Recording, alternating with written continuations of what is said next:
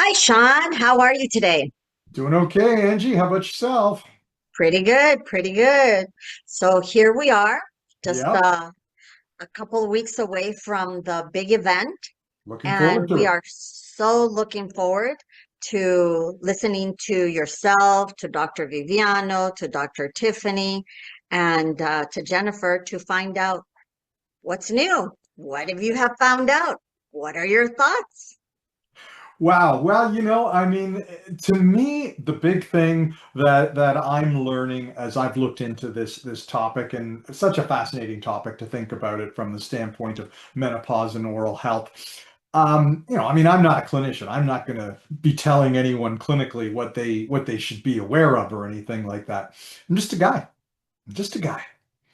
But I'm just learning more and more about how we've kind of allowed our discomfort with the topic of menopause to infiltrate and inhibit the conversation as a whole.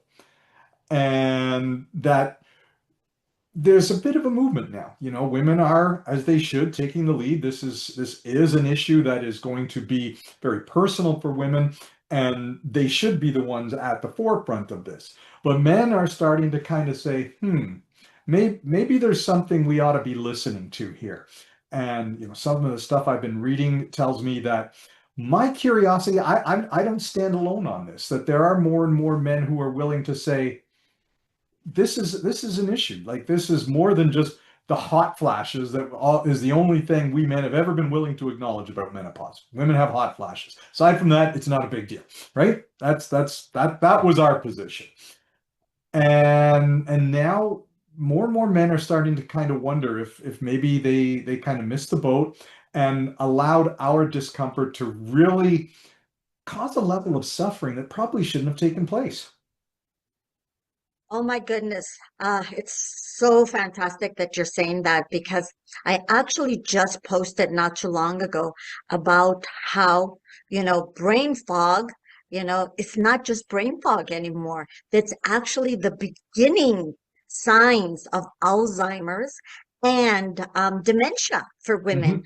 And it all has to do with estrogen, that one, hormone that apparently protects the brain from, that happening in the future. Now, does it mean that everybody with Alzheimer's or dementia, that is the cause of it? No, but they've linked it to a lot of it. That is the reason. And a lot of women don't take care of themselves because I think we're used to kind of suffering through things. It's like that's just part of being a woman, the pain of birth, the pain of, menstruation, the pain of anything that we've gone through as females. And we just chalk this one up to the next level, right? And I think that women are just saying enough is enough. We don't have to suffer like this. I know that when I started this whole thing, it was about my heart condition. At least I thought I had a heart condition. And I had seen, four cardiologists, and not one of the cardiologists ever asked me, are your hormone levels? And as soon as I took care of my hormone levels by doing my research, by finding Dr. Tiffany, and she did my hormone replacement, I haven't looked back. Zero, Wow. zero heart issues. Wow. Yeah.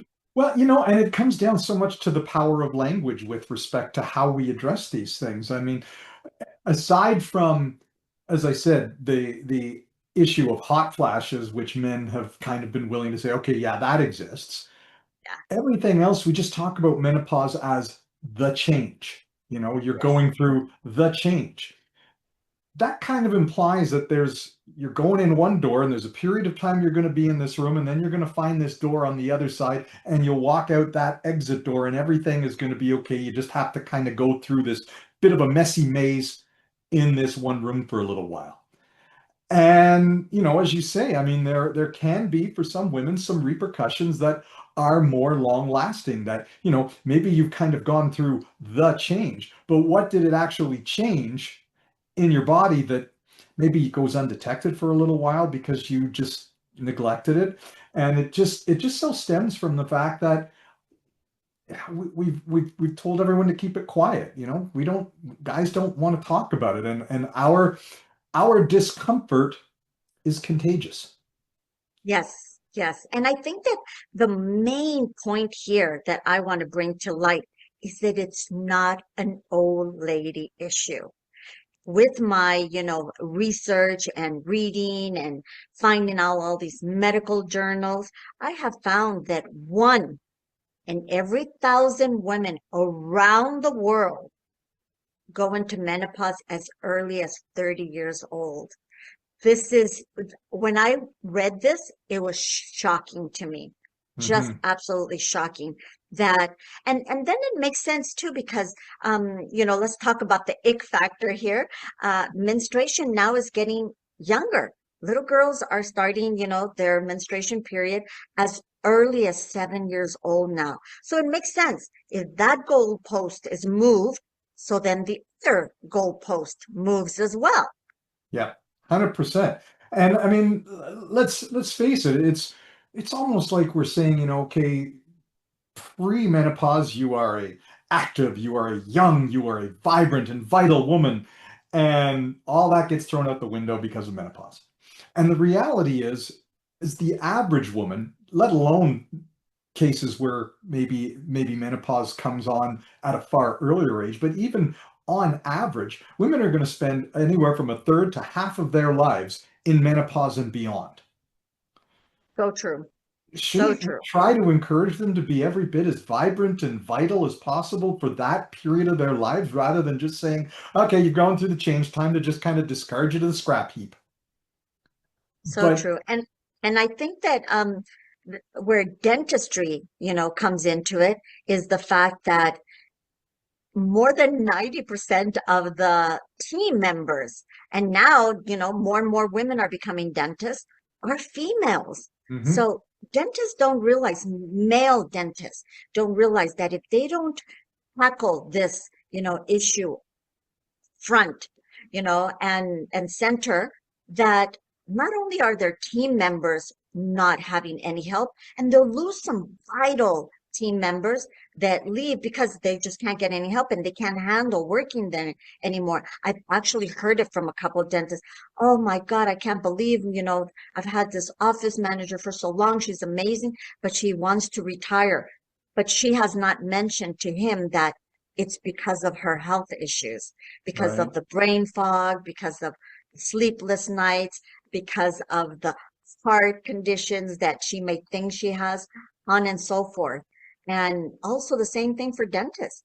A lot of dentists who decide, I can't do this anymore, and they're retiring earlier than they should. Hmm.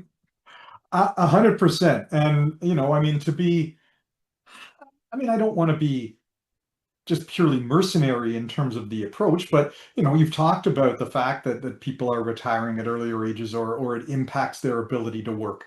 The reality is, across the Canadian economy as a whole, we annually lose up to $237 million of productivity because of menopause. Wow. I did Okay. not know that statistic. Thank you for sharing that. Yeah, it's like it translates into 540,000 days of lost productivity.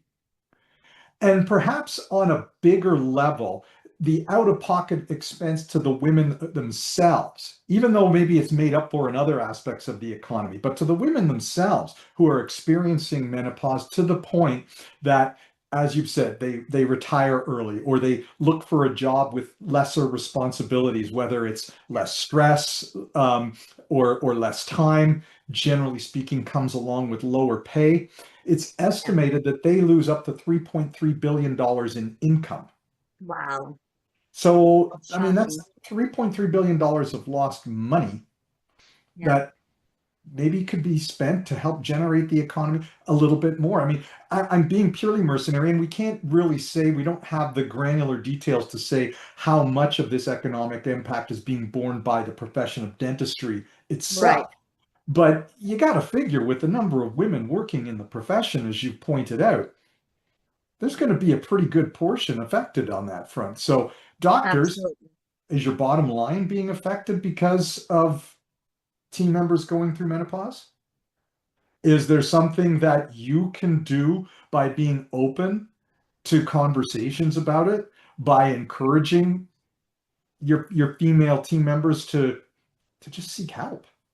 Yeah, and now let's talk about patience because, one of the things that I've researched and have found to be true is that in most households, I'm not, throwing a blanket over it, but in most households, women, the mothers, are the ones that make the appointments. They're the ones that make the appointments for the doctors, for the dentist, for any type of things. They're the ones that take care of the household, including even for their husbands. I know I make a lot of the appointments for my husband for the dentist. And knowing that there's a dentist that actually is looking into menopause or at least asking the right questions. Sorry, but that's a dentist I want to go to. And there's going to be some discomfort. I think Yes, dentists that are going to be willing to sort of try to cross that bridge have to expect the fact that there's going to be a little bit of discomfort. And right. maybe as a male dentist, it might be that much more of a harder question to ask because a lot of women are going to feel this is really personal. Why are you asking me about this? I'm here to talk about my teeth, not what's going on in other aspects of my health and my body. So it's But is it really, sorry to interrupt you, is it really something difficult? Because we asked them in their medical information. So can we just add it on to that?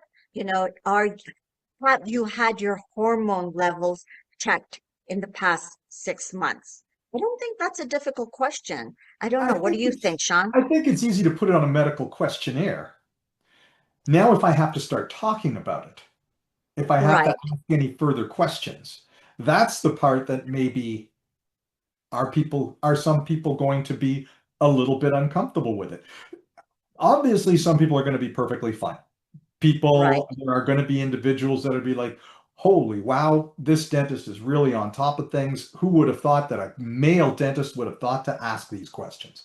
right. And kudos to him, all kinds of stuff. But there are going to be some men who are going to be uncomfortable asking it, and some women who will be uncomfortable discussing it. I mean, like we've had the discussion where, like I told you, literally 3 days before you called to share this vision of this evening that you had, I'm at this event in Ottawa where a nutritionist, a personal trainer, someone, who seemed pretty knowledgeable and is used to coaching people of all ages on Should aspects be of health and comfortable. nutrition.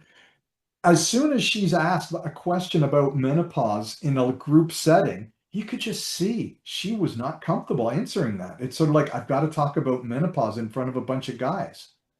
Yeah. And So I and and still think and there the are women funny like part, that. yeah, and the funny part is that I don't know how many males or females are aware that men go through the same thing. They go through what's called andropause.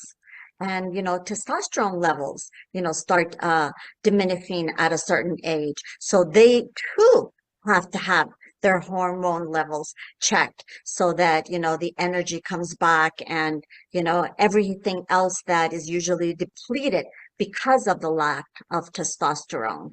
So it, Interesting. it, it goes both ways. I hadn't looked into that, but I mean, it makes sense. Our bodies change, our bodies evolve.